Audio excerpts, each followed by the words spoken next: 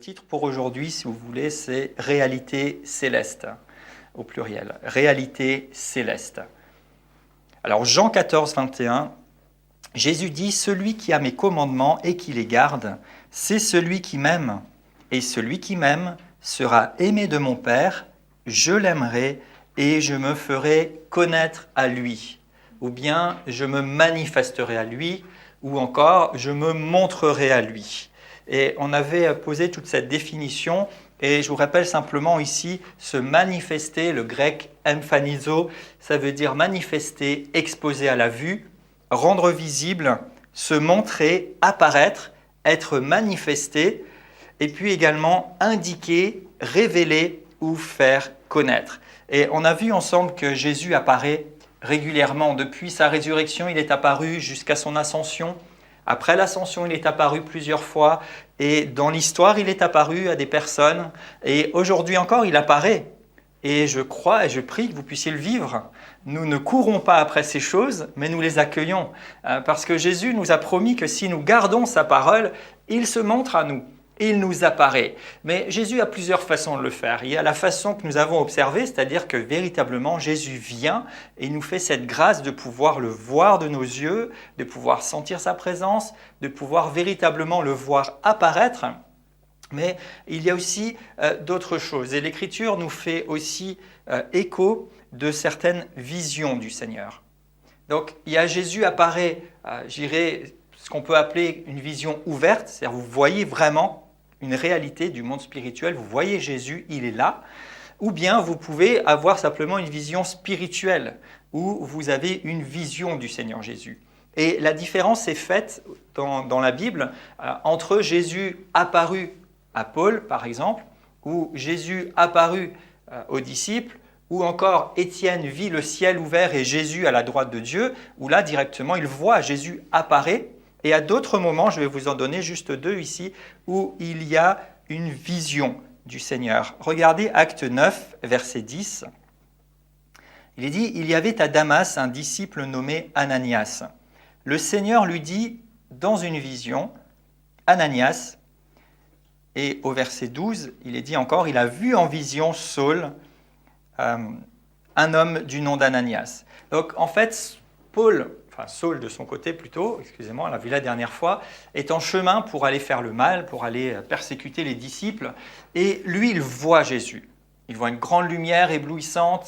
Il lui dit, mais qui es-tu? Et Jésus lui dit, je suis Jésus que tu persécutes. Et à peu près en même temps, en tout cas dans une période rapprochée, Jésus va donner une vision à Ananias en disant, voilà, il y a Saul, je l'ai rencontré, et tu vas aller vers lui, et tu vas prier pour lui. Et d'ailleurs, Ananias n'était pas trop à l'aise parce qu'il savait qui était ce Saul. Mais dans cette vision, le Seigneur lui dit d'y aller. Et il nous est dit aussi que Saul lui-même a eu en vision qu'Ananias allait venir le voir. Donc, deux choses différentes. Jésus se manifeste, j'allais dire même physiquement, directement, ou Jésus peut se révéler aussi simplement en vision. Regardez aussi Acte 18, verset 9. Le Seigneur dit à Paul en vision pendant la nuit, « Ne crains point, mais parle et ne te tais point, car je suis avec toi, et personne ne mettra la main sur toi pour te faire du mal. Parle, car j'ai un peuple nombreux dans cette ville. » Et là encore, on a la précision, le Seigneur dit à Paul en vision pendant la nuit. Donc c'est une autre manière dont Jésus se montre, dont Jésus apparaît. Il apparaît lui-même en personne. Quand on est bien éveillé, les yeux ouverts, on peut le voir, on peut vivre sa présence concrètement et il peut aussi apparaître en vision. Donc là, c'est plutôt au niveau de notre esprit et qu'on soit réveillé, d'ailleurs, éventuellement même qu'on dorme, c'est possible. Donc Jésus vient vers nous, il peut venir vers nous lui-même en personne et on peut le voir, ou il peut venir à travers une vision. Et puis une autre façon, je l'avais juste mentionné mais sans approfondir, c'est que Jésus nous appelle à sa rencontre. Et une autre manière dont il veut se manifester à nous, c'est en nous invitant à venir, nous, vers lui. Alors, il peut aussi se révéler, se manifester et agir. Et là encore, je vais, comme c'est devenu d'ailleurs une habitude, mais c'en est une bonne, je crois, vous donner plus de passages bibliques que de commentaires, mais la parole est largement bien placée pour parler d'elle-même. Donc lisons ici plusieurs passages. 2 Corinthiens 12, les versets 1 à 4. C'est encore Paul qu'on retrouve et qui nous rapporte quelque chose qu'il a vécu. Il écrit « Je connais un homme en Christ qui fut, il y a 14 ans, ravi jusqu'au 3e ciel. Si ce fut dans son corps, je ne le sais, ou si ce fut hors de son corps, je ne sais, Dieu le sait. Et je sais que cet homme, si ce fut dans son corps ou sans son corps, je ne sais, Dieu le sait, fut enlevé dans le paradis, et il entendit des paroles ineffables qu'il n'est pas permis à un homme d'exprimer. » Donc Paul nous fait part d'une expérience où il est, lui, allé à la rencontre du Seigneur dans le ciel. Dans l'Apocalypse, on a la révélation de Jésus-Christ à l'apôtre Jean, et on l'a déjà observé par rapport à cette apparition de Jésus à Jean dans Apocalypse 1. Et dans Apocalypse 4, au verset 1er, cette fois-ci, non seulement Jésus vient vers Jean pour se révéler à lui, mais il va lui adresser cet appel glorieux en lui disant « Monte ici, et je te ferai voir ce qui doit arriver. » Donc dans un premier temps, une des manières dont Jésus s'est révélé à Jean, c'est qu'il est venu vers lui et il lui a donné de pouvoir le voir. Et une autre manière, c'est qu'il lui a dit « Maintenant, toi tu viens, et tu viens voir. » Donc c'est aussi une manière dont il se révèle. Et Jésus d'ailleurs priait déjà dans Jean 17, verset 24, en disant « Père, je veux que là où je suis, ceux que tu m'as donnés soient aussi avec moi, afin qu'ils voient ma gloire, la gloire que tu m'as donnée, parce que tu m'as aimé avant la fondation du monde. » Et dans cette même prière, au verset 15, Jésus dira « Je ne te prie pas de les ôter du monde, mais de les préserver. » Et Jésus n'avait pas de problème d'identité, il savait ce qu'il voulait. Et donc s'il demande en même temps à son Père « Père, ne les ôte pas du monde, mais garde-les, préserve-les du mal. » Et juste après, il dit encore « Père, je veux que là où je suis, ils soient aussi avec moi pour qu'ils voient ma gloire. » Il sait ce qu'il veut. Et il semblerait ici que Jésus priait son Père et désirait pour ses disciples et pour nous qui allions croire que nous puissions, tout en restant dans ce monde, aller aussi là où il est et voir sa gloire. Donc c'est une des manières aussi dont il se révèle. Et à plusieurs endroits dans les Épîtres, on retrouve cette réalité qui est inaugurée par l'œuvre de Christ. Hébreux 10, versets 19 à 22.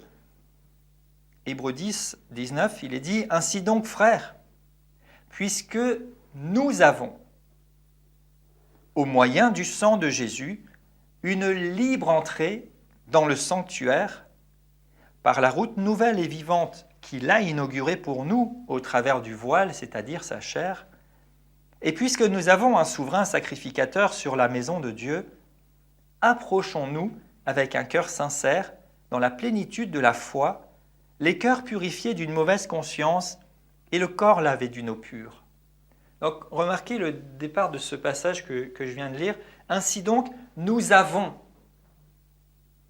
au moyen du sang de Jésus, une libre entrée dans le sanctuaire. » Nous l'avons. Nous avons une libre entrée. Vous pouvez dire avec moi, j'ai une libre entrée dans le sanctuaire céleste. Parce que c'est bien de ça dont il est question dans ce passage et dans tout ce contexte. Il est question de ce sanctuaire céleste qui n'est pas fait de main d'homme, dans lequel Christ lui-même est le sacrificateur, là où il fait lui-même le service. Et j'ai accès dans ce sanctuaire, un libre accès, une libre entrée, par la route qu'il a inaugurée, qu'il a ouverte, qu'il a rendue accessible pour moi. Et juste après, au verset 25, il est dit « N'abandonnons donc pas notre assemblée ». Et littéralement, c'est « ne cessons pas de nous assembler ». Et c'est vrai, et c'est un verset que les pasteurs aiment bien, parce que ça fait que les gens viennent à l'église. Mais il y a plus que ça. Parce qu'ici, dans le texte original, « assemblée » a le préfixe « épi ». Et le préfixe « épi », E-P-I, dans le grec, ça veut dire ce qui est au-dessus, ou ce qui est supérieur, si vous voulez. Donc ici, en réalité, il serait bon de dire « n'arrêtons pas de nous assembler plus haut », pour ne pas dire en haut. Et ça va bien avec ce contexte, parce que dans tout le contexte, il nous parle du sacerdoce de Christ, qui est maintenant dans le ciel, qui a donné un sacrifice éternel, qui est au-dessus de tous les sacrifices terrestres, qui propose un culte qui est céleste et qui n'est pas seulement terrestre. Et ensuite, il ne viendrait pas tout d'un coup dire donc continuez d'aller à l'église. C'est un peu réducteur. Même si c'est bon de venir à l'église et de nous assembler physiquement et sur la terre, mais il y a une assemblée par excellence à laquelle nous avons droit de participer et nous avons notre accès dans le sanctuaire où Christ lui-même est au service. Donc oui, Jésus peut venir nous apparaître ici sur la terre, et merci Seigneur, quelle grâce. Mais il peut aussi nous amener à nous paraître devant lui, là où il est, dans le ciel. C'est possible, ça nous appartient. Ça nous dépasse, ça c'est sûr, mais ça nous appartient. Ça nous appartient. Regardez encore, Philippiens 3,20.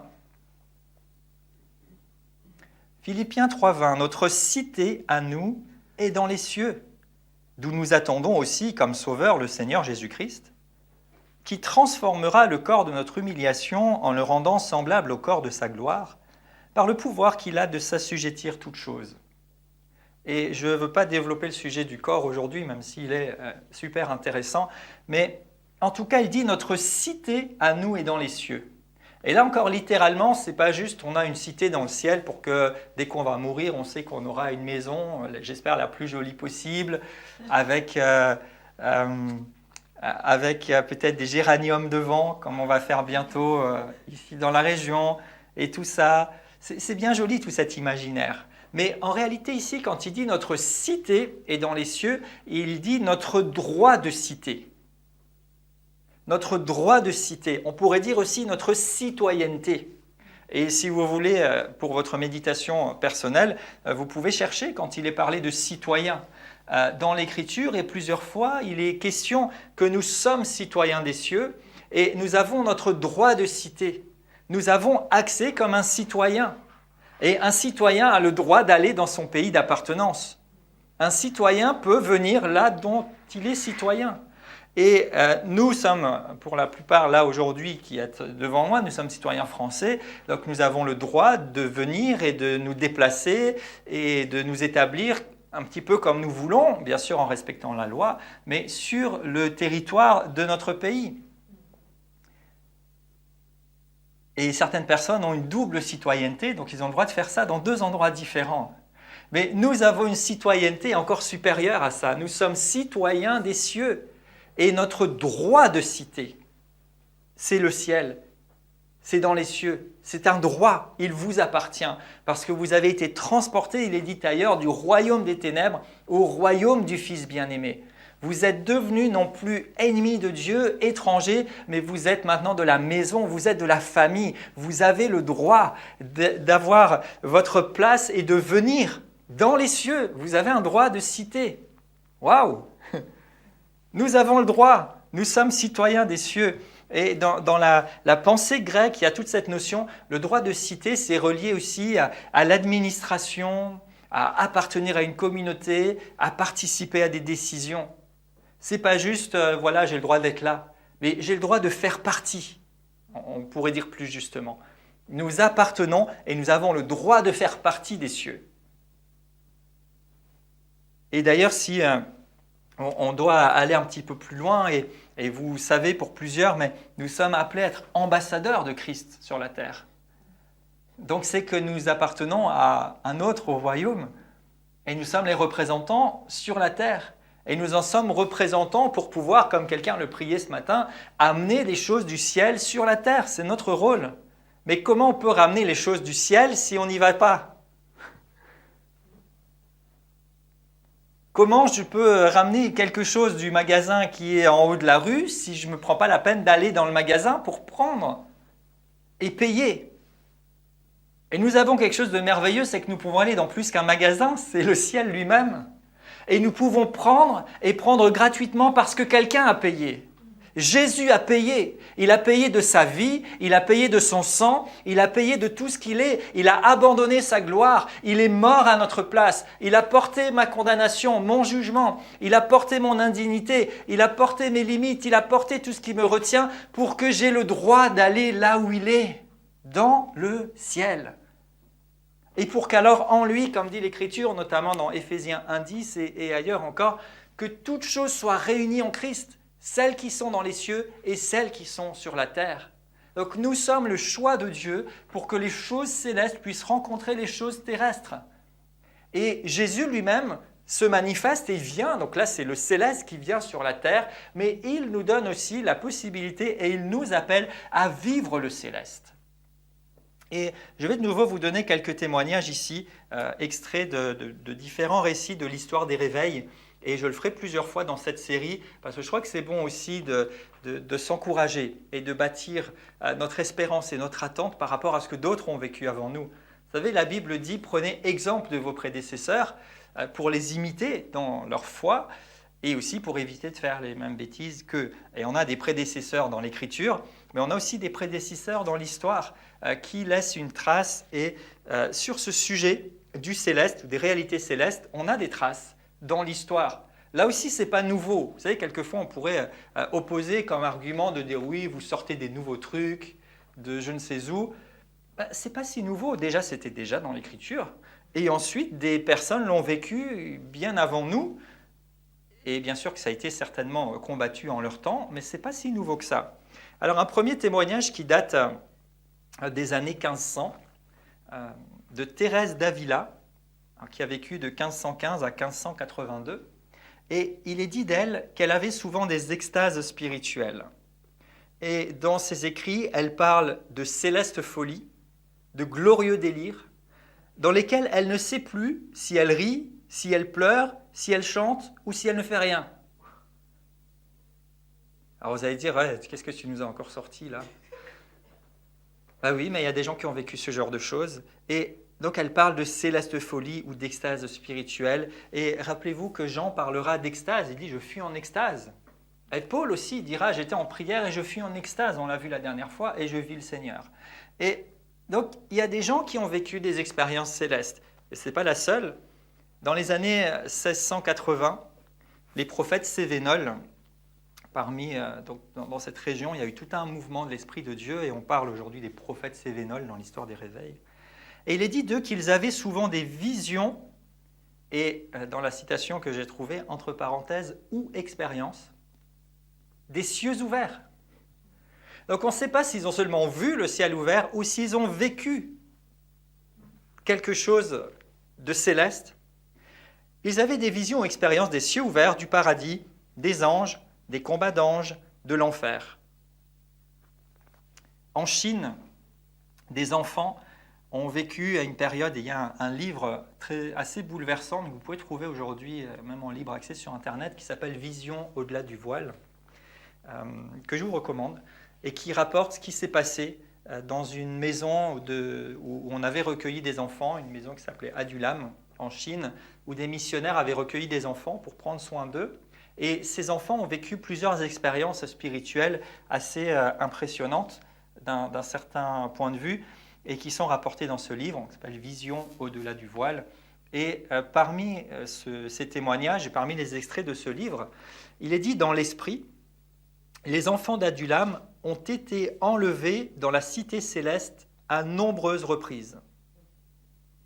Non pas dans un songe, mais dans une expérience réelle et vivante. Ils marchaient dans les rues de la Nouvelle-Jérusalem d'une manière aussi réelle que s'ils marchaient dans les rues d'une ville chinoise. Et lorsqu'ils étaient dans l'esprit, les enfants perdaient en général conscience de leur environnement terrestre. Ils voyaient des anges partout. Donc, vous voyez, l'auteur de ce livre a jugé utile de préciser, non pas un songe, mais une expérience réelle et vivante. Donc, il y a une autre dimension que de seulement avoir un rêve ou un songe éveillé ou endormi, ou juste une vision, mais une réelle expérience. Et ces enfants ont vécu des choses comme celle-ci. Maria Woodworth-Etter, dont je vous ai parlé la dernière fois déjà, qui a également été un instrument de Dieu dans les réveils au début des années 1900, rapporte à un moment donné que plusieurs personnes jouaient comme sur des instruments invisibles avec une dextérité apparente de musiciens. En 1905, aux États-Unis, Frank Barthelmen écrit « Je perdis toute conscience du temps et de l'espace, n'étant conscient que de sa merveilleuse présence. Je l'adorais à ses pieds, Cela me semblait être une véritable montagne de la transfiguration. Je me perdais dans l'esprit pur. Donc pour des gens du début du 19e siècle ou même avant, ils ont vécu des choses qui nous dépassent certainement, qui peuvent paraître surprenantes, mais ce sont des témoignages qui sont là et qu'on peut retrouver. Donc il y a des réalités célestes. Non seulement elles existent, parce que la Bible l'enseigne, mais nous pouvons avoir accès et nous pouvons vivre des réalités célestes. Ce n'est pas seulement quelque chose de lointain pour l'éternité, même si dans l'éternité, ça sera vraiment merveilleux et on vivra dans toute la plénitude de la gloire du Seigneur, mais dès maintenant. Et j'allais dire que si des gens en 1500, 1600, 1900 ont vécu ces choses, mais à plus forte raison, nous maintenant, sachant que la révélation est progressive et sachant que le plan de Dieu avance de plus en plus vers son accomplissement parfait et que le Seigneur cherche à se manifester. Et vous savez, plus nous voyons l'ennemi s'agiter et des manifestations diaboliques sur cette terre, et plus nous devrions nous réjouir. Parce que plus l'ennemi se déchaîne et plus la puissance de Dieu devrait être libérée. Et si l'ennemi se déchaîne, c'est parce qu'il sait ce qui l'attend. Vous savez, l'ennemi n'est pas ignorant. Et il cherche à tout mettre en œuvre pour détourner les gens ou empêcher les gens d'entrer dans le plan de Dieu parce qu'il sait ce qui arrive. Et il y a devant nous, et c'est plus proche que jamais, une dimension de manifestation de l'Esprit de Dieu telle que la terre ne l'a pas encore connue. Et il va y avoir confrontation de puissance. Il y en a déjà, mais c'est tellement peu par rapport à ce qui doit venir. Et il y a un moment où la puissance de Dieu doit être libérée. Et c'est notre part, bien-aimés, en tant que croyants, dans notre temps, d'être ces instruments de Dieu par lesquels sa puissance se libère. Moi, je fais référence à des gens du 19e siècle, voire avant, et à différents témoignages. Moi, ça m'encourage de lire ces choses et ça m'édifie. Mais ce n'est pas comme pour dire « Ah, c'est génial ce que Dieu a fait ». Par exemple, dans les réveils de guérison, essentiellement aux États-Unis, où on avait plusieurs grandes figures qui, d'un coup, sont sorties de nulle part, ont commencé à planter des chapiteaux à gauche, à droite, et les gens venaient, étaient guéris, étaient délivrés par milliers. Et on regarde ça des fois avec un peu de nostalgie, mais ne soyons pas nostalgiques, c'est juste une ombre de ce que nous sommes supposés vivre. C'est juste une ombre, c'est juste un aperçu, c'est juste une partie. Et gloire à Dieu pour ceux qui ont vécu ces choses-là, mais ça devrait nous stimuler à dire « Seigneur, qu'est-ce que tu veux faire aujourd'hui ? Et me voici pour être utilisé par toi. » Et encore cette semaine, je regardais une émission de prière inspirée avec Jérémy Sourdril, et il a reçu deux évangélistes, l'un qui est âgé de 88 ans, l'autre de 97 ans, et qui ont été utilisés par Dieu particulièrement à une période aussi dans leur province du Québec, etc. Et j'étais touché de voir ces deux hommes qui étaient toujours tellement enthousiastes et qui disaient l'un comme l'autre, et dans d'autres témoignages on trouve ça, moi j'avais rien fait de spécial, mais le Saint-Esprit m'a saisi. Et à un moment, Dieu m'a dit, ce que je suis en train de faire avec Allen, par exemple, aux États-Unis, je veux le faire avec toi au Québec. Et le gars, il a dit, ok Seigneur, il a rassemblé les quelques personnes qu'il connaissait, il a dit, bon, je dois acheter une tente, il faut que je fasse des campagnes d'évangélisation. Et il a commencé à le faire tout simplement. Et il a dit, moi je ne savais pas, je n'avais pas plus que quelqu'un d'autre, mais le Saint-Esprit m'a pris, il m'a parlé, il a agi. Et le Saint-Esprit m'a dit, voilà ce que je ferai avec toi. Et quand il a commencé à faire ses réunions, c'est ce que le Saint-Esprit a fait. Et plusieurs d'entre eux n'avaient rien de spécial. Alors que si souvent on se tient à l'écart, comme s'il fallait que quelqu'un ait quelque chose de spécial. Vous savez, ce qui nous rend spécial, c'est que Jésus nous rencontre. Ce qui nous rend spécial, c'est que son Saint-Esprit remplit notre vie. Et nous avons tous accès à ça. Vous avez accès à ça. Vous avez été régénérés, vous êtes nés de nouveau, vous avez tout ce qu'il vous faut de spécial. C'est la présence et l'onction du Saint-Esprit. Mais cette onction du Saint-Esprit, elle se développe. Elle se développe à mesure que je commence à marcher dans la dimension de l'Esprit Saint tous les jours de ma vie.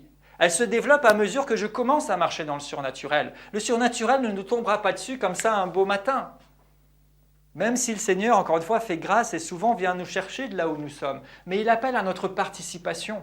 Et le surnaturel, c'est quelque chose qui s'alimente du fait que nous croyons, que nous confessons et que nous établissons de bonnes habitudes aussi. Et nous avions, il y a quelque temps, passé du temps et ô combien béni, par exemple, sur ce parler en langue. Et j'espère que vous n'avez pas arrêté entre-temps, sinon recommencez. Parce que ce sont ces petites choses-là qui nous permettent de rester conscients et de continuer d'avancer, de nous positionner dans le surnaturel. Et ensuite, il commence à se passer des choses. Et quand je passe du temps dans la présence de Dieu, dans la prière ou dans la parole, que je m'attende à ce qu'il se manifeste, pas une fois de temps en temps, mais à chaque fois. Et peut-être qu'il ne se passera pas à chaque fois quelque chose de tangible, mais je crois que le Seigneur est là et je crois qu'il va se manifester et qu'il va agir dans ma vie. J'ai ma part à choisir de vivre ou pas dans le surnaturel. Et Dieu veut faire des choses extraordinaires. On est dans le temps le meilleur finalement de l'histoire de l'humanité, parce que c'est le plus difficile humainement parlant, mais ça va être celui qui va vivre la plus grande manifestation de l'Esprit que la terre n'ait jamais connue. En tout cas en attendant le retour du Seigneur lui-même. Et si nous attendons des choses plus glorieuses, quand le Seigneur reviendra nous chercher, puis qu'il reviendra avec nous pour régner sur cette terre pour un temps, etc., nous attendons ces choses-là, mais nous ne restons pas endormis en attendant, parce que d'ici là, il y a déjà un mouvement de l'Esprit qui doit se manifester. Et je vois avec plaisir que ces derniers temps, régulièrement, des gens parlent de témoigner l'Évangile, des gens parlent de guérison, des gens parlent de faire de l'impact. Et ça vient de plus en plus et de plus en plus régulièrement. Et je dis gloire à Dieu pour ça, parce que oui, nous devons nous positionner et donner au Seigneur l'occasion de manifester sa puissance et d'amener les réalités célestes sur cette terre. Des contemporains, maintenant, on va se rapprocher un peu dans le temps, nous rapportent aussi des expériences des réalités célestes. En 1994, dans l'église Vineyard, qui a été aussi utilisée pendant toute une période par le Seigneur pour amener un mouvement de l'esprit et notamment le mouvement du vin nouveau, alors avec les très bonnes choses qui étaient dedans, avec malheureusement aussi les excès qu'il y a eu par la suite. Mais cependant, on veut regarder ce qu'il y a de bon. Et pour ce qui n'a pas été, on veut s'en servir d'exemple, mais ce n'est pas tellement mon sujet ici. En tout cas, en 1994, à l'église Vineyard, il est rapporté qu'un enfant tombe et reste absolument sans bouger pendant un bon moment. Et quand il se relève, il raconte « J'étais dans le ciel, j'ai vu Jésus, j'ai vu le Saint-Esprit. Tout était clair là-bas et j'aimerais tellement y retourner. » Donc là encore, un enfant qui a vu et vécu une expérience du ciel. Et il y en a tellement d'autres. Il y en a tellement d'autres. J'ai entendu un témoignage il y a quelques temps d'un certain Pierre Nyankok qui rapporte aussi qu'il a vécu des choses au ciel, mais ce n'est pas le seul, il y en a plusieurs et il y en a dans différentes générations et dans différents pays, un petit peu partout. Et certains disent avoir eu des visions, d'autres disent être allés au ciel et d'autres disent ne pas savoir déterminer est-ce que un peu comme disait Paul, est-ce que c'était avec mon corps ou pas mais en tout cas, une chose est certaine, c'est qu'ils ont vécu les réalités célestes. Et ça, vous ne pouvez pas leur enlever, c'est une réalité. Et ce qui est merveilleux, c'est que Jésus vient vers nous, mais il nous appelle aussi à pouvoir vivre les réalités du céleste pour nous envoyer. Il dira dans Jean 20, 21, « Comme le Père m'a envoyé, moi aussi je vous envoie. » Comment est-ce que le Père a envoyé Jésus? Il l'a envoyé d'en haut vers en bas. Vous savez, des fois, on reste tellement dans quelque chose de juste imagé, mais je crois que Dieu veut nous envoyer. Et qu'il veut nous envoyer d'en haut vers en bas. Maintenant, ça ne veut pas dire qu'on va attendre d'avoir forcément vécu une expérience céleste pour faire quelque chose. Mais je crois que quand nous obéissons et que nous faisons ce que l'Esprit de Dieu nous met à cœur et que nous nous attendons à vivre le surnaturel, eh bien, Dieu amène la dimension qui est nécessaire et il amène les réalités célestes pour que notre témoignage ne soit pas seulement un témoignage terrestre, comme si nous étions envoyés par quelqu'un à partir seulement de la terre, mais que notre témoignage soit véritablement marqué du céleste, les réalités célestes. Et l'une de ces réalités célestes aussi qu'on peut vivre et que bien des personnes ont vécu, ce sont des interventions d'anges. Et ça, il y a des témoignages, mais je pense qu'il y a des centaines certainement d'ouvrages et tout ce qui n'est pas écrit. Mais c'est aussi une des manières, c'est aussi l'une de ces réalités célestes, parce que les anges sont des êtres célestes, mais que Dieu envoie et qui se manifestent et qui agissent sur la terre. Et regardez dans les débuts de l'Église, alors je vais aller encore un peu vite dans le début du livre des Actes, mais juste pour vous montrer que c'était régulier. Acte 1, verset 10, qui rapporte l'ascension, il est dit « Alors que les disciples avaient les regards fixés vers le ciel pendant que Jésus s'en allait, 2 hommes vêtus de blanc leur apparurent. Donc ces hommes vêtus de blanc, on comprend que ce sont des anges. D'accord ? Acte 5, verset 19. Un ange du Seigneur, ayant ouvert les portes de la prison pendant la nuit, les fit sortir. Donc là, c'est un ange qui est envoyé pour libérer les apôtres de prison. Acte 8, verset 26. Un ange du Seigneur s'adressa à Philippe. Et il envoie Philippe vers l'eunuque pour lui partager l'évangile. Acte 12, verset 7. Voici, un ange du Seigneur survint. Acte 12, verset 23. Au même instant, un ange du Seigneur le frappa. Donc, toutes ces situations-là, c'est des anges qui sont venus, qui sont intervenus, qui sont apparus, que les gens ont pu voir, ils ont même interagi avec eux. Et je fais déjà un saut vers la partie contemporaine. On a des gens aujourd'hui qui témoignent que quelqu'un les a aidés dans une situation de détresse et que tout d'un coup, la personne n'était plus là. Ce sont des anges qui peuvent venir intervenir. D'autres personnes témoignent aussi d'avoir vu clairement des anges. Et ça, c'est vraiment quelque chose qui est régulier dès ici dans l'Écriture. Et comme pour tout à l'heure, ils peuvent soit directement se manifester et intervenir, soit on peut en avoir une vision. Acte 10, verset 3. Vers la 9e heure du jour, et clairement dans une vision, un ange de Dieu qui entra chez lui. Acte 27, verset 23. Un ange du Dieu à qui j'appartiens et que je sers m'est apparu cette nuit. Donc juste pour ces deux-là. Et je reviens à mon histoire des réveils, pour vous montrer là aussi combien l'action des anges est régulière et évidente. Les prophètes cévénols, toujours, je vous ai lu tout à l'heure, avaient des visions des cieux ouverts du paradis des anges.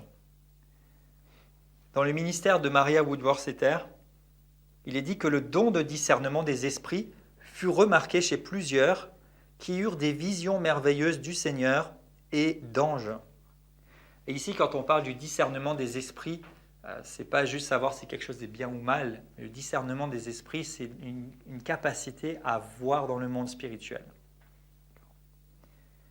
Demos Shakarian, le fondateur du FGB-MFI, rapporte à propos d'un certain Charles Price des témoignages de visions ou d'interventions d'anges par des personnes qui l'accompagnaient, mesdames Dorothy Dohan et Allen Brumbach, avaient conscience de la présence d'une importante troupe d'anges, en bien plus grand nombre qu'elles n'en avaient jamais rencontré dans un seul endroit. Elles disaient que l'air en était comme saturé. En Indonésie, il est rapporté aussi que dans le réveil, les gens voyaient régulièrement des anges. Toujours en Chine, à Adulam, vision au-delà du voile, il rapporte encore les effusions du Saint-Esprit étaient souvent accompagnées de visions des anges qui étaient au milieu de nous. Beaucoup d'enfants voyaient des anges, soit près de la pièce où nous étions, ou soit dans la pièce. Parfois, un ange pouvait être vu juste au-dessus, tandis que des anges entouraient complètement la chambre, étroitement serrés, épaule contre épaule, de sorte qu'ils ne laissaient aucun espace libre. Les enfants voyaient des anges.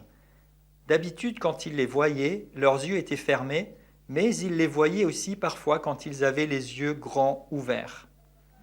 Donc là encore, c'est le témoignage de la présence des anges qui fait partie des réalités célestes qu'on peut vivre sur la terre, soit en vision, soit véritablement avec les yeux ouverts, on peut être amené à voir des anges.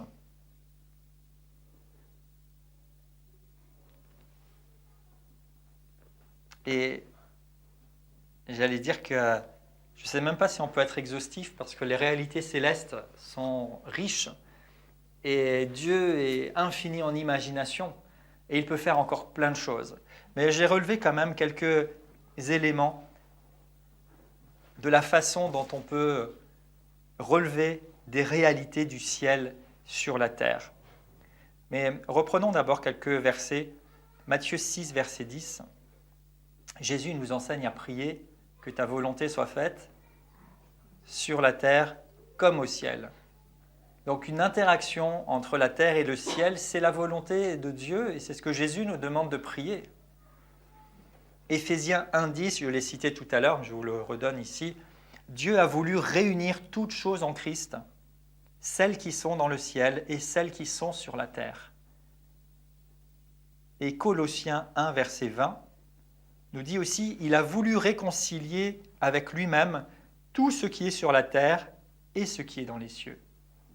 Donc ces trois passages nous montrent clairement que ciel et terre devraient fonctionner ensemble, il doit y avoir des interactions, et nous sommes les éléments que Dieu a choisis et établis pour faire interagir le ciel et la terre, et pour amener du ciel sur la terre, parce que nous sommes en Christ.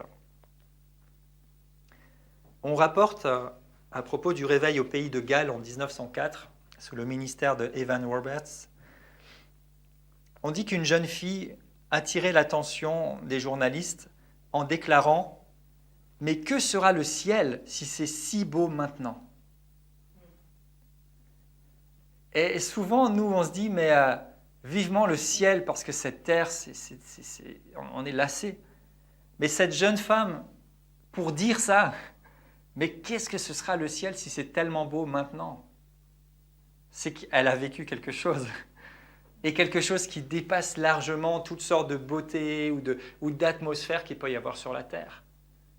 Et des gens qui ont vécu quelque chose du ciel pourraient certainement être d'accord avec cette personne. Parce qu'en plus, on ne peut goûter qu'une partie, mais qu'est-ce que ce sera quand on aura la plénitude? Et ça montre bien qu'il y avait des réalités célestes qui étaient bien présentes dans ces temps de réveil, dans ces réunions et dans le vécu de cette jeune femme, qui fait qu'elle avait l'impression d'avoir déjà goûté au ciel et que comment même imaginer que ça puisse être encore plus beau que ça? Et je crois et je prie et je confesse que nous vivons des temps où nous pourrons dire aussi « Waouh, mais qu'est-ce que ce sera là-haut? C'est déjà tellement énorme ici. » Et que nous puissions véritablement dire « C'est le ciel sur la terre. » Pas seulement comme dans la foi, l'espérance, ou pas seulement en nous contentant de quelques petits trucs, mais que véritablement nous ayons le ciel sur la terre. Que nous soyons des hommes et des femmes de ciel sur la terre. Dans nos propres vies, dans notre expérience, dans nos rencontres, quand nous témoignons, quand nous partageons au monde, que nous leur apportions pas seulement un message, bien que ce soit la base, mais que nous apportions aussi le ciel sur la terre. Que les gens puissent dire « mais j'ai trouvé le ciel au contact de ces croyants, j'ai trouvé le ciel dans cette réunion, j'ai trouvé quelque chose qui dépasse tout, c'est tellement grand à cause de la manifestation des réalités célestes. » Il est rapporté encore à propos du réveil chez les Zoulous en 1966. Il y a bien des cas dont nous ne voulons pas parler parce que les gens ne comprendraient pas. Ils diraient que ce sont des contes de fées. Il se passe plus de choses entre le ciel et la terre que ce que nos intelligences humaines peuvent imaginer. Ces choses doivent être vécues pour qu'elles soient comprises. Donc quelqu'un a écrit ça. Et j'ai trouvé tellement sage qu'il écrive ça. Parce qu'en fait, il pourrait s'évertuer à expliquer et à convaincre quelqu'un, mais on ne peut pas le comprendre. On ne peut pas le comprendre, mais on peut le vivre. Et des gens l'ont vécu. Des gens vivent des réalités célestes. Et pour certains, nous avons vécu certaines choses, mais je crois et je vous dis de la part de Dieu que ce n'est pas terminé. Il y a des réalités célestes que Dieu veut que nous puissions vivre. Et même si certains diraient « mais ça c'est des histoires, c'est des contes de fées, ça c'est ton imagination », j'en ai que faire d'histoire. On me croit, on ne me croit pas, je sais ce que j'ai vécu. Et si je me positionne et que je crois que les réalités célestes veulent se manifester dans ma vie, dans mon ministère, dans mes rencontres, quand je témoigne, quand on est ensemble, et que ça se manifeste, les gens qui l'auront vécu, vous pourrez leur dire ce que vous voudrez, ils savent ce qu'ils ont vécu. On ne vous demande pas de comprendre, mais d'accepter, de recevoir, de vivre simplement. Et parmi ces réalités célestes, on peut noter quelques exemples, mais c'est juste quelques exemples que je vous donne, mais on trouve des sons ou des chants célestes.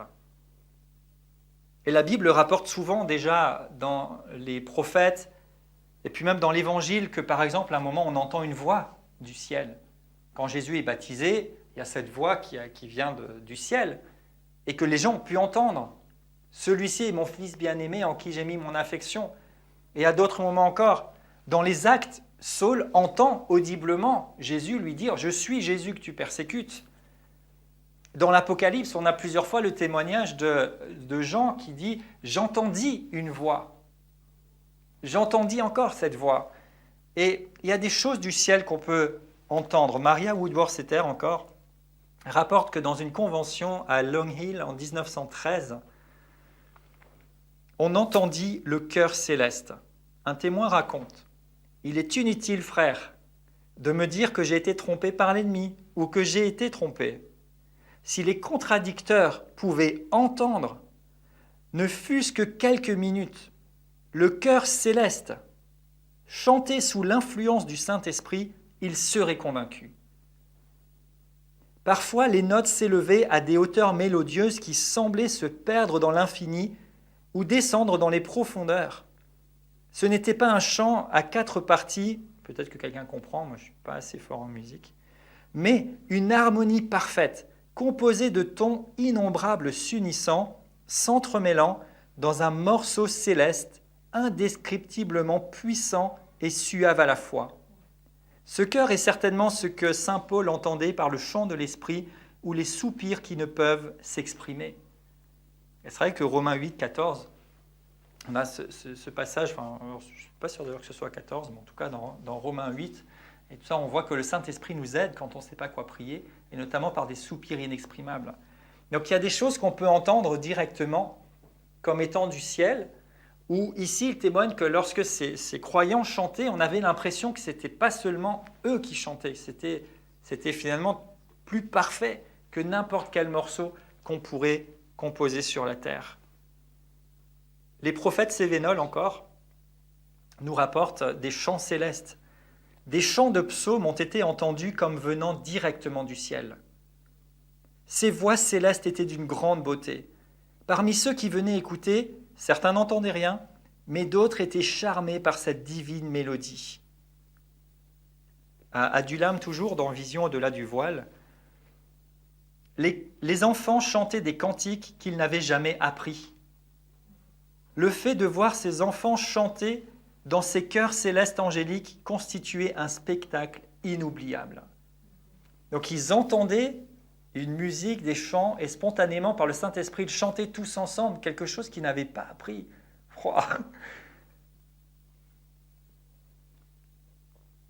Il y a une période, mais je n'ai pas pu retrouver trace, j'avais été au contact d'une cassette où des gens chantaient Alléluia, et sur cette cassette, on entend ensuite un orchestre et d'autres chants.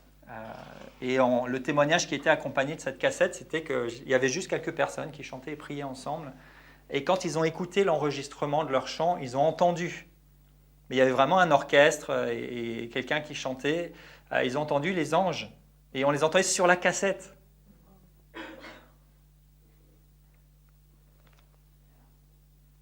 Et moi-même, dans les années, je ne sais plus si c'est 99 ou 2000, j'étais dans une réunion. On n'était pas très très nombreux non plus, peut-être une quinzaine de personnes, dans une réunion, et on était en train de louer le Seigneur. Et d'un coup, j'ai entendu comme si mes oreilles s'ouvraient, et il y avait tout quand je dis un orchestre, mais c'est certainement plus que ça. Mais nous, on était là, il y avait juste une guitare, et on chantait. Et d'un coup, j'ai entendu, mais comme si ça s'ouvrait à des milliards de personnes qui chantaient, et il y avait l'orchestre, il y avait de la batterie, il y avait des trompettes, il y avait tout, c'était waouh! Et j'étais vraiment impressionné. Et je sais que ça venait d'en haut, et que c'est des réalités célestes auxquelles on peut même avoir accès avec nos sens physiques, on peut entendre, on peut voir, on peut vivre certaines choses. Un jour, en Côte d'Ivoire, en 2005 aussi, chez le pasteur Bobby d'ailleurs, on faisait une réunion, on n'avait pas d'instrument du tout. Et on était dans la réunion, etc. Et puis pendant qu'on était en train de chanter, j'entendais, alors c'était moins impressionnant que la première fois, mais j'entendais comme dans mon esprit une batterie et de la musique. Et il n'y en avait pas. Et alors je l'ai déclaré. J'ai dit, voilà, écoutez, on est en train de louer Dieu, moi j'entends des instruments. Et on a continué comme ça. Et quelques instants plus tard, des jeunes gens sont arrivés avec des instruments. Et ils ont branché tout ça et ils nous ont accompagnés. Mais je l'avais déjà entendu dans l'esprit. Et c'est tellement réel. C'est pas de l'imagination, c'est pas qu'on se fait des films, c'est pas qu'on est dans un monde parallèle, enfin d'un sens peut-être, dans le monde de Dieu. Dans le monde de Dieu. On parle également, à certains moments, il y a des témoignages de gens qui ont senti des parfums, qui là aussi sont des réalités célestes. John Arnott, toujours à Vineyard, rapporte « Le Saint-Esprit se manifeste quelquefois de manière olfactive, c'est-à-dire qu'on peut sentir. Je n'avais jamais entendu parler de quelqu'un qui ait senti le parfum de la présence du Saint-Esprit.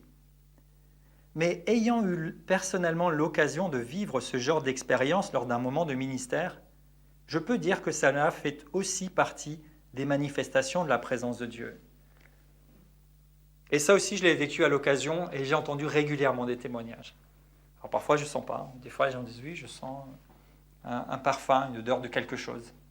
On n'arrive pas toujours à bien définir ce que c'est. Mais tout ça, peut-être ça nous dépasse, mais ce sont des réalités célestes qui nous est donné de pouvoir expérimenter.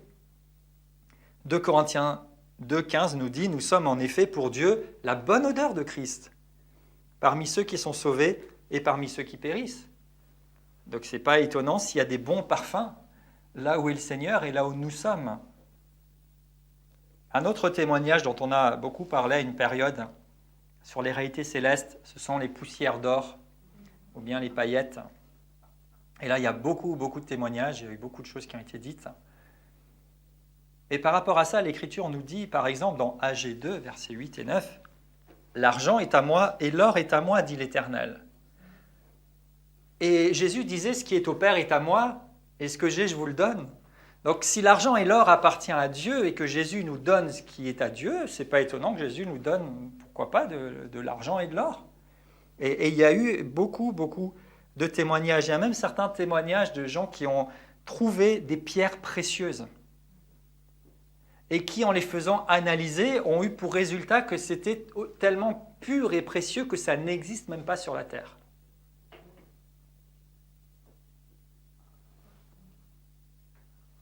Et si vous lisez l'Apocalypse, vous voyez qu'il y a des pierres précieuses. Et des choses qui alors, on ne parle pas toujours, mais si vous cherchez chaque mot, vous pouvez trouver, ce sont des pierres précieuses. Il y a des choses abondantes. Et Jésus, à un moment, a fait apparaître une pièce dans la bouche d'un poisson pour payer son impôt. Donc, quoi d'étonnant? Les réalités célestes.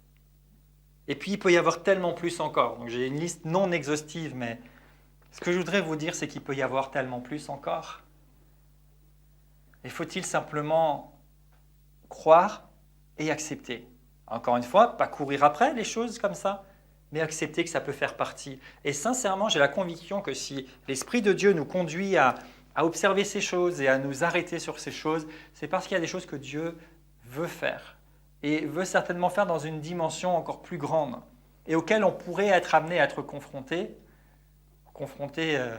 dans le sens que vous voulez, soit que ça nous mette dans un inconfort, soit au contraire que ça nous réjouisse, mais que nous sachions et que nous puissions avoir déjà des éléments en disant, bah oui, Dieu fait certaines choses de telle façon, et on a le Saint-Esprit qui nous garde de toute façon et qui nous instruit, mais que nous puissions nous attendre et ne pas être dans la confusion lorsqu'il se passe certaines choses. Vous savez, des fois, dans les temps de réveil ou les temps où il y a une manifestation de la gloire de Dieu, ça peut créer un peu de confusion chez les gens parce qu'on n'est pas forcément habitué à certaines manifestations, où on peut être un petit peu dérouté, mais nous avons la parole de Dieu.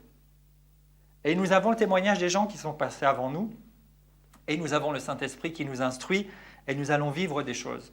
Peut-être que nous vivrons des choses dont nous sommes en train de parler, peut-être que nous en vivrons d'autres, parce que je disais tout à l'heure, Dieu est illimité dans son imagination et dans sa capacité.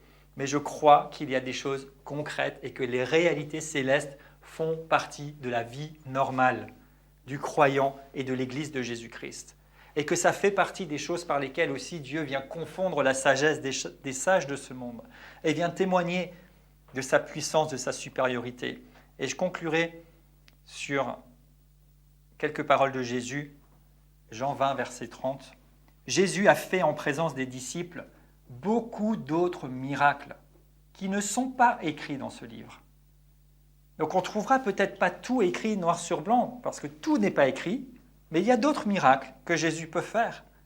Jean 21, 25 le reprend encore en disant « Jésus a fait encore beaucoup d'autres choses. Et si on les écrivait en détail, je ne pense même pas que le monde puisse contenir les livres qu'on écrirait. » Et Jésus lui-même disait dans Jean 14, verset 12, « En vérité, je vous le dis, celui qui croit en moi fera aussi les œuvres que je fais, et il en fera de plus grandes, parce que je m'en vais au Père. » Donc, Dieu peut faire des choses extraordinaires. Et je crois qu'il veut encore nous surprendre et surprendre notre génération, le monde dans lequel nous vivons, par sa puissance, et notamment en manifestant les réalités célestes dans notre monde physique, dans notre monde concret. Et prochainement, on s'intéressera aux signes, prodiges et miracles, qui sont aussi une façon dont Jésus se manifeste à nous. Amen. Alléluia. Père, merci pour ta parole. Merci Seigneur parce que le surnaturel, c'est l'état normal d'un enfant de Dieu, parce que tu es surnaturel, éternel. Et nous devons être comme toi. Tel tu es, tel nous sommes dans ce monde. Je te remercie Seigneur parce qu'il y a des choses que l'œil n'a pas vues, que l'oreille n'a pas entendues, qui ne sont pas montées au cœur des hommes, mais que tu en réserves pour ceux qui t'aiment, pour ceux qui te suivent. Seigneur, tu nous as dit, celui qui a mes commandements et qui les garde, c'est celui qui m'aime. Je l'aimerai et je me manifesterai à lui. Alors Père, je crois et nous croyons ensemble que tu vas te manifester à nous. Seigneur, nous ne poursuivons pas des manifestations, mais nous poursuivons celui qui se manifeste. Alors Seigneur, nous ne voudrions pas non plus marcher comme des aveugles en nous enfermant dans quelque chose de théorique ou quoi que ce soit, mais nous voulons Seigneur te chercher toi, parce que tu es la source, tu es notre Dieu, tu es la réalité, tu es au-dessus de tout Seigneur. Mais nous voulons aussi être prêts en sachant que lorsque nous te cherchons toi, eh bien Seigneur, ta manifestation vient avec. Tu apparais, tu manifestes les réalités célestes, tu amènes des signes, prodiges et miracles, et des choses qui dépassent certainement notre entendement. Mais Seigneur, nous ne voulons pas devenir des experts intellectuels de la manifestation spirituelle. Nous voulons, Seigneur, devenir des experts de la relation avec toi pour vivre ce que tu veux manifester dans notre vie et ce que tu veux servir à notre monde à travers nous. Et je te remercie, Seigneur. Je te dis, Saint-Esprit, merci de ce que tu continues de nous parler. Nous voulons t'écouter, nous voulons nous laisser modeler par toi. Merci pour ta parole qui bâtit notre foi et qui nous sécurise aussi. Et merci, Seigneur, parce que tu nous amènes à vivre les réalités de Jésus-Christ glorifié. Alléluia. Alléluia. Merci Saint-Esprit. Merci parce que c'est toi qui nous anime et qui continue de nous attirer de l'avant. Seigneur, que nous puissions être réceptifs, être un terrain favorable. Merci pour les manifestations dont nous allons être témoins, Seigneur. Ces manifestations de ta gloire, concrètement, visiblement, sensiblement. Merci Seigneur. Alléluia pour ce que tu vas faire. Nous savons que c'est pour ta gloire, Seigneur, que c'est pour que tu sois révélé et que le monde se tourne vers toi. Merci Seigneur parce que nous allons vivre le ciel sur la terre. Alléluia. Alléluia. Merci. Merci pour les choses merveilleuses que tu as faites. Et merci parce que tu vas en faire encore de plus grandes et de plus belles. Et nous voulons être participants avec toi, Seigneur, pour que ta volonté soit faite sur la terre comme au ciel. Amen.